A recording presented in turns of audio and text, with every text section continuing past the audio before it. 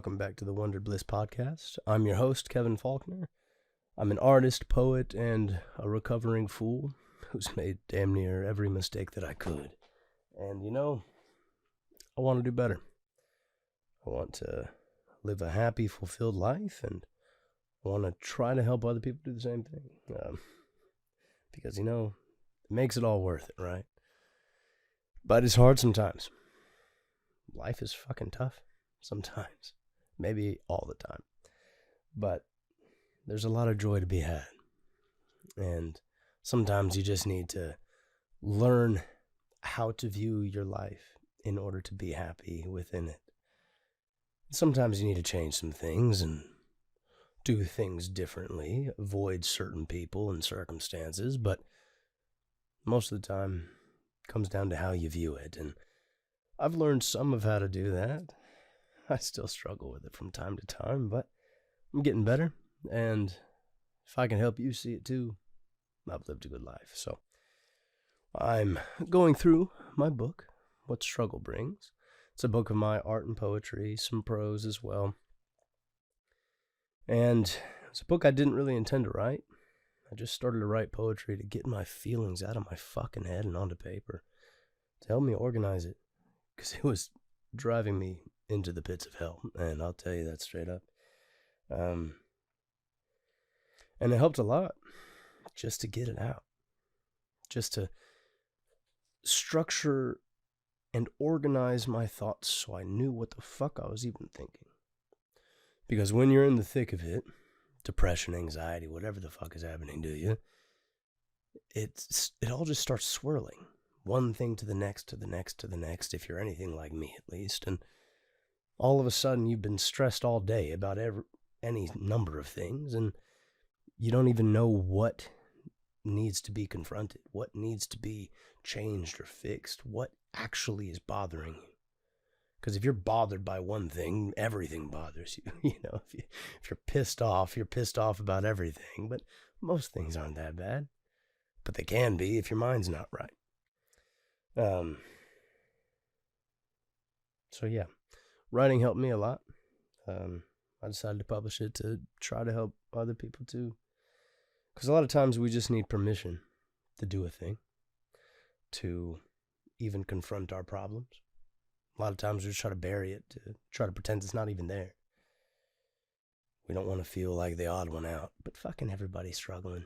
So fuck you and your problems. Go deal with them, eh? But I don't know, let's get into this.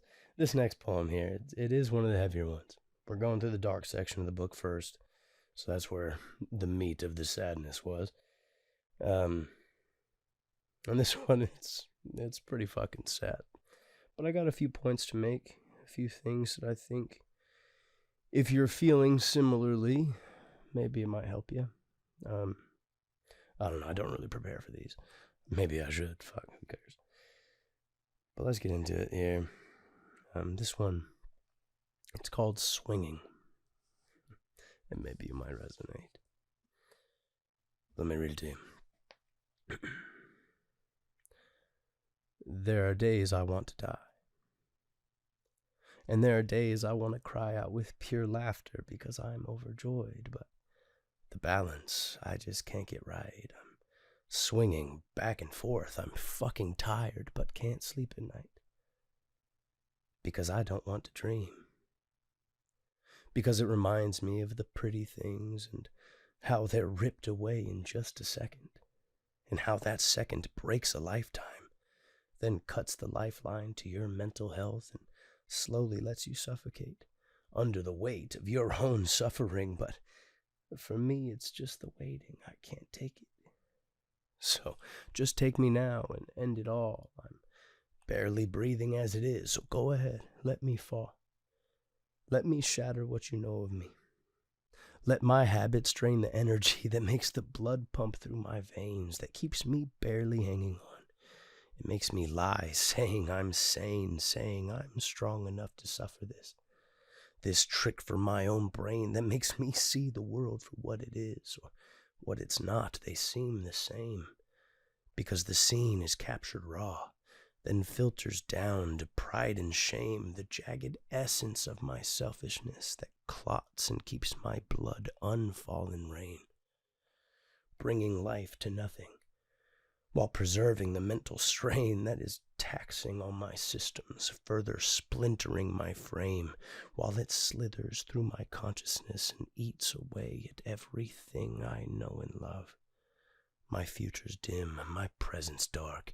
I feel its presence. Flames have sparked inside my chest. It wants my heart because it wasn't charred enough. So fucking burn it till it's ash, so I can't feel this way again. Because if things stay as they've been, then I won't see tomorrow's end. But I'm sure tomorrow I'll be fine, because I'll swing back, or just pretend. End scene. And that one there, I mean, it is a heavy one. I'm talking about depression. I'm talking about suicidality. I'm talking about losing the will to live. And the war that was happening in my own mind. Not finding purpose, giving up, wanting it to end. But then being confused as shit because, some days you're okay. Some days, the storm isn't so great. But then you wake up tomorrow and you're fucked again. That's a very difficult place to be, It's not bipolar disorder. That does happen for people, and if you're going through that, fuck, get on some lithium. It might help you. But I genuinely feel for you, because the swing of this nature it's difficult. The highs and lows both come with a weight, and the middle ground in between is a tough one to sustain. But there's a few things that I think, I could talk about all the reasons why I felt the way that I did, and I don't think that really would do any good. If you want to know all the nitty-gritty details, buy my book. I talk about it all in here. But I want to just try to get to the heart of what might be beneficial to you, if this resonates with you. If you're going through a similar thing where you're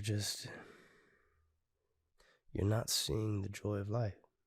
You're not seeing the good, and you're not finding the balance that really we all need. And the first point, I notched down just a couple things. I was thinking about it before recording. At the heart, what was my problem? There was the things that led me to feel the way that I felt. But the problem was the way that I felt. It wasn't necessarily the things that led me there.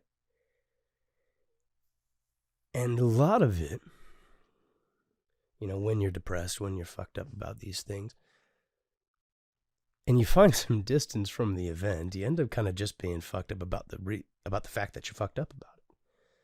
You get upset about the reason, or about the fact that you're upset, if that makes sense. And you just are in this downward spiral of anxiety and depression. And the first point that I think is important to realize in your life, that although pain, anger, sadness, frustration, these emotions, although they're difficult to deal with, they are uncomfortable to feel. They themselves are not your enemy. They're actually your friend in many capacities. They are the indicators that show you what is wrong in your life.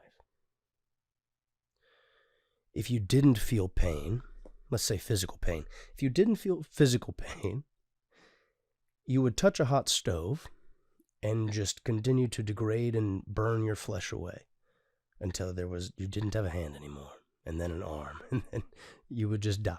The pain tells you to take your hand off the fucking fire.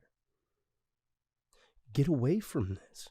This is not good for your health. And the same is true for emotional turmoil. spiritual pain, whatever it is you may be feeling right now. The same is true. This agony, this anger, these things that you feel, it's showing you what is wrong. And really, you should listen. Really, you should listen. A lot of us, we get stubborn as shit and we try to just forge the life we think we're supposed to live for whatever reason, social programming or whatever you have going on in your mind. And a lot of us will stay in fucked up relationships, stay in horrible jobs, stay caught in destructive patterns and actions, habits, addictions, these types of things, even though it's ruining us. It's ruining us. But we'll stay there and try to forge along. But every day it's eating us away inside that this isn't right. Something needs to change here. So listen to it. But importantly, you have to figure out what it is that you're actually feeling pain about. Like I was saying earlier, eventually if you just try to suppress it and run from it, and you'll end up feeling pain about the fact you're feeling pain, and it gets very complicated. So you have to get down to the root of the problem. What am I actually upset about? And that's where writing can help. Can help calm that storm inside of your head so you can actually figure it out. So write, journal, do something. It doesn't have to be poetry. You don't have to write a book. Just do something. But figure out what it is that's bothering you. It's the first step. And appreciate the pain that you're feeling for what it is. It's an indicator. It really is a friend. But if you don't listen, it will be destructive and it will fuck you up in every way, shape, and form. So be careful. But be grateful for it. That's the first key.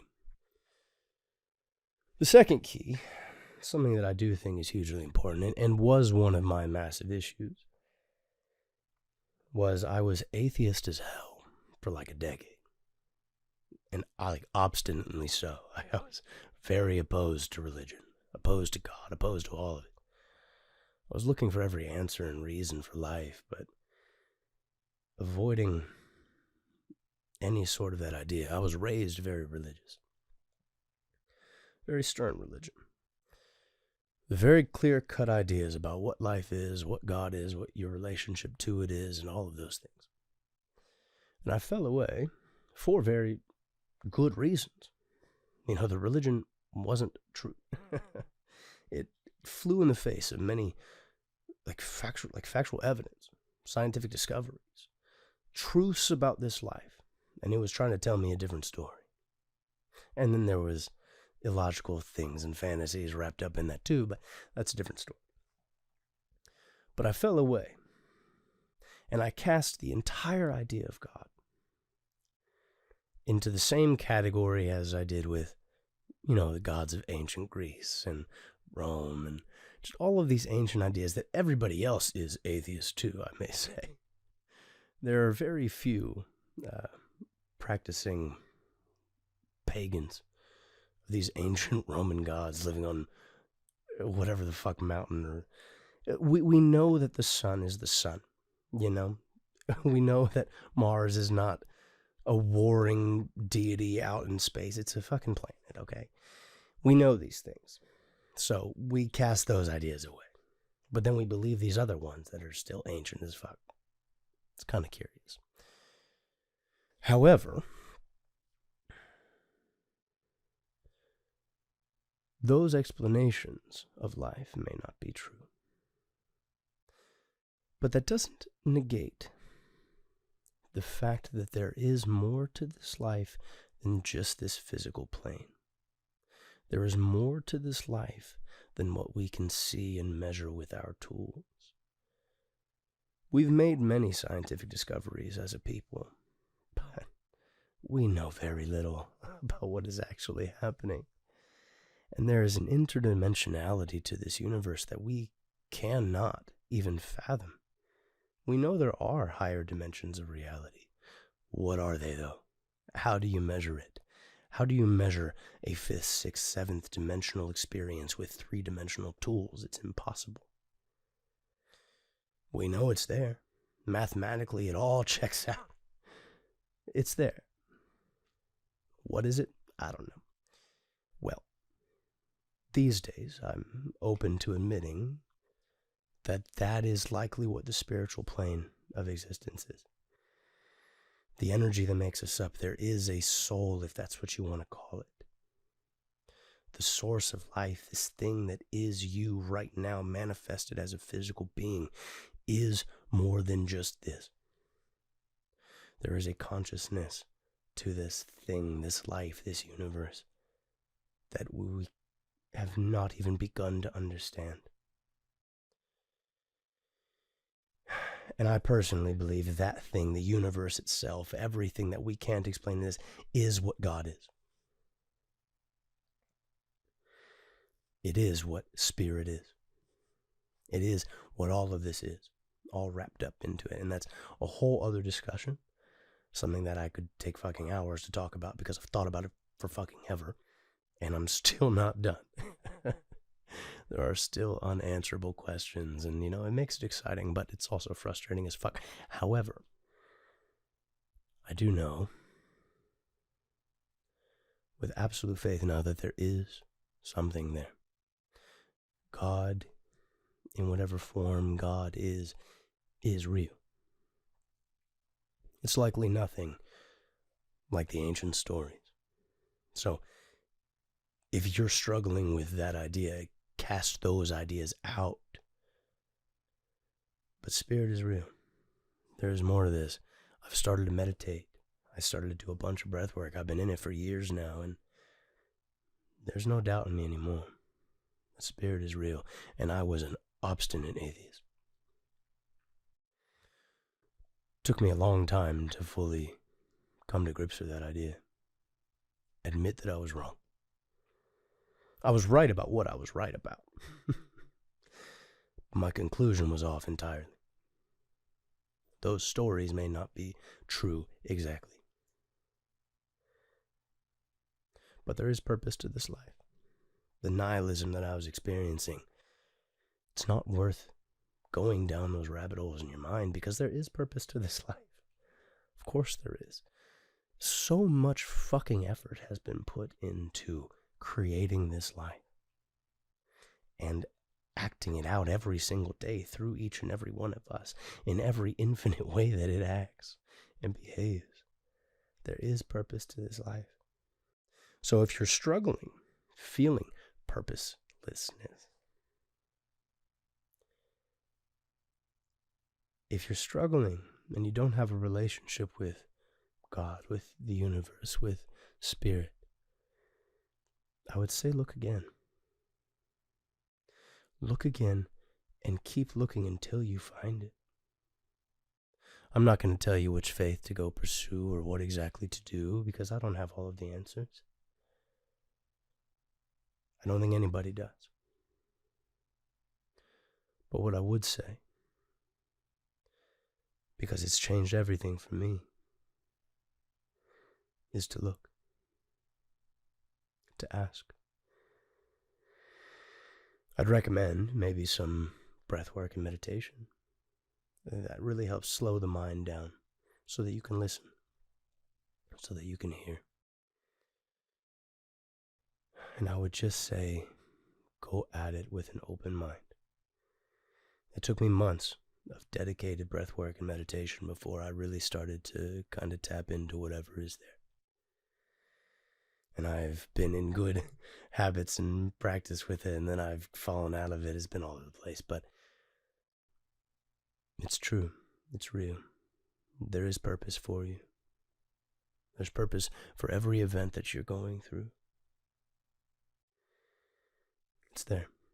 So if you're struggling with that, and it's leading you to every negative conclusion that you're finding yourself in, like I did if you heard my poem, look again. Look again. You'll find it. You probably won't understand it, but you'll find it. But every day is another chance to learn more. And it's a beautiful thing. But the last point, and it all kind of stems off of one another. really is the practice of gratitude cannot be undervalued or understated as an importance in this life, as an important factor, if not the main factor, in the quality of the life that you experience on a day-to-day basis. Gratitude is what makes you happy. In all truth, it is the feeling of happiness and fulfillment is gratitude. If you're grateful for your life and your events, whatever's happening around you, if you're grateful for this, then you're living a good life. Yes, have goals and dreams and things that you want to do, and never stop trying to improve and grow. But if you're grateful in every moment and always looking for every reason to be grateful, you're living a good life. And the funny thing about it is that your circumstances don't have to change.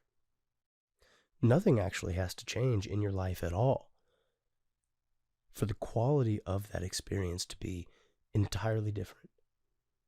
It's how you look at it. There is hardship in this life. Absolutely there is.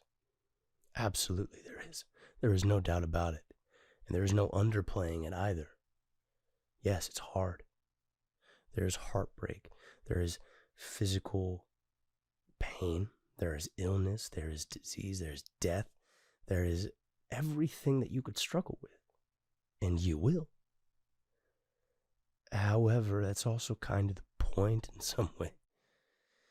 Because the flip side of all of these things is also an opportunity to grow, an opportunity to refocus, an opportunity to learn, an opportunity to once again find the value in your life.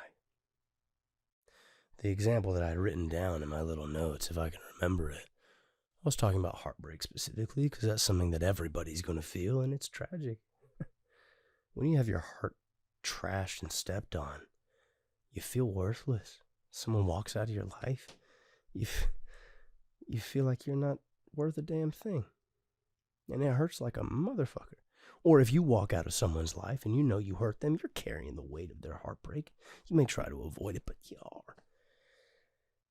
These things, they hurt. And it takes time to process them. But on the flip side of heartbreak is, for one, it does make you emotionally stronger. Once you're out of the woods, you are stronger because of it.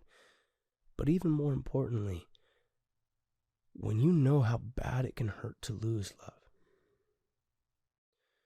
you are also learning at the exact same time how valuable love is to you. And that right there, if you don't understand the value of the thing, then you won't appreciate it when it's there. You won't. So it is the heartbreaks in your life that make the love that stays as great as it is. There's no way around that fact. It is. If you had never been heartbroken, never been sad, never been anything, the joy and love that you feel would mean nothing to you. It's when you've lost it that you learn how important it is, what it truly does for you. And that type of thing is you can't have one without the other. There is not light without darkness. Because if there was no darkness, we would be blinded. We would. It would be too much. Nobody would be able to perceive anything. So, in all truth, the light would mean nothing. It is the darkness that gives it context, that creates the shadows and the depth that allows us to see. And the same is true for everything else. Everything else. So there's looking for gratitude, because there's always a reason to be grateful in everything other than your issues. You woke up today, you're breathing today, you're surrounded by the beauty of the world, the joy of people. There's so many reasons to be grateful in every single moment. But when you really get into the heart of it, you realize that there are reasons to be grateful for the hardship that you're going through, no matter what it is. And this does not underplay the pain that you're feeling. The pain that you're feeling is real. And there's a reason for it. But that reason is what is to be grateful for. And you have to realize that. And once you do, my God, it doesn't sting so bad anymore. It starts to make a little bit of sense. And you start to heal. You start to move past it. And it's a wonderful experience to heal a wound. And then to appreciate the scar. And it's something, these ideas are out there, but I don't hear it talked about enough. The value of your scars. The value. I'll give one just little example here. It's revolutionary for me, and then I'll wrap it up. Just if you're doubting what I'm saying, son. And people tell me I need to be more personal on this. I'm too general, I guess. But me in my life, I was a heavy smoker. Heavy fucking smoker all day, every fucking day. I think I was high for maybe 5-6 years straight. Just about. And then there was a time that I just went to edibles instead because I'd fucked my lungs up. Your lungs can only handle so much. I was also drinking a shit ton of whiskey, so that was whatever it was doing to my liver was not helping my lungs either. My whole system was fucking trashed. And I got to a point where I couldn't fucking sleep. I was coughing all the time. I went to several different doctors, different things, and they were like, because it always got worse at night and all that. So they were like, maybe it's allergies, maybe it's this, let's try this, that. For a long time, I wasn't finding any help. And just every day, I was fucking withering away. I was feeling myself actively dying. And it was miserable. I was coughing so damn much. I was coughing up pink in my sputum because it was just destroying the tissue in my throat. So I think it's why my voice sounds the way it does. I was in agony for fucking years. I still am because of it. It's better, but... And I developed asthma because I'd fucking destroyed my lung tissue. I had several asthma attacks. One put me in the hospital. A couple others should have, but I just toughed it out because I'm stubborn as shit.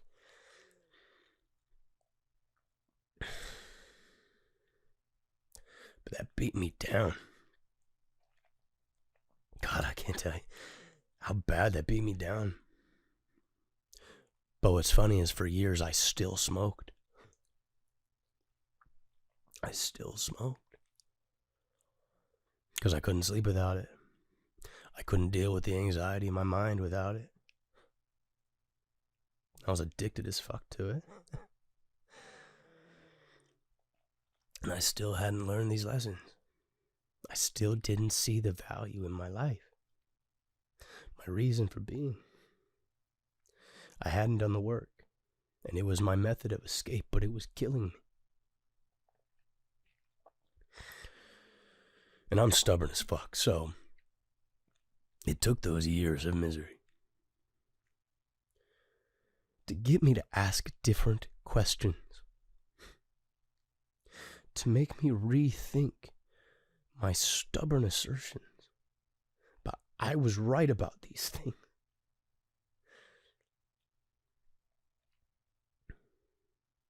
It took that misery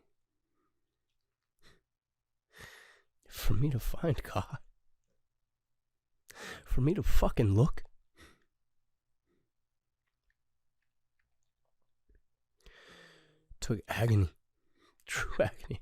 I wouldn't wish it upon anybody. Imagine the worst cough you've ever had, the worst sickness you've ever felt, the worst chest cold you've ever had, and then extend it for years. It's about what I felt.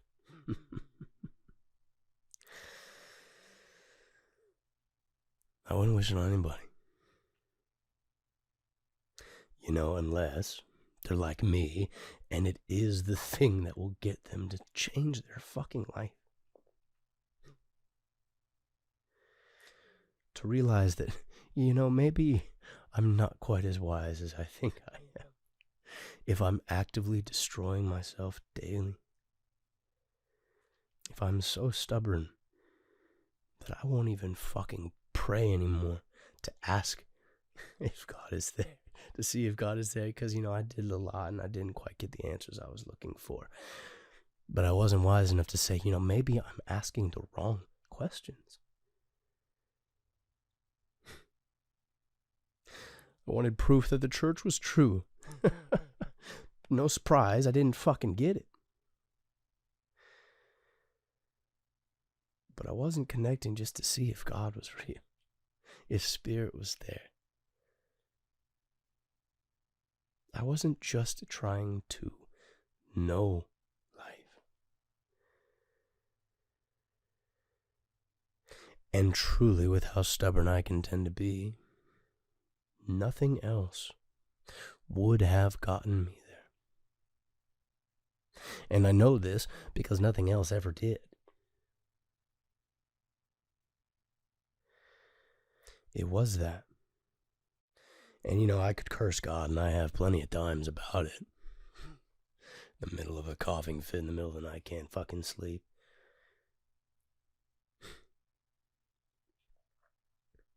But ultimately, that type of thing, almost losing my life to it, is what has saved me. Interestingly enough. And although I still, to this day, deal with my lungs, because, when you damage the fucking tissue and DNA in there, it's going to take a while to heal if it ever does.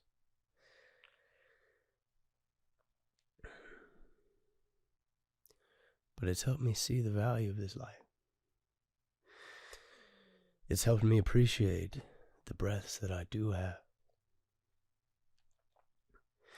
And at the time before, when I was destroying it, I was miserable every day in my mind. And looking for every reason to justify my anger.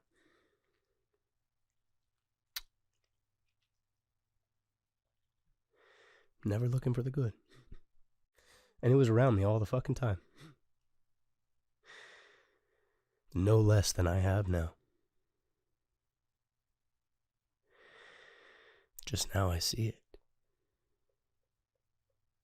And sure, I have days that I struggle with it. Sure, I have hardships and more heartbreaks and other things. I got a whole other book that I'm writing about that.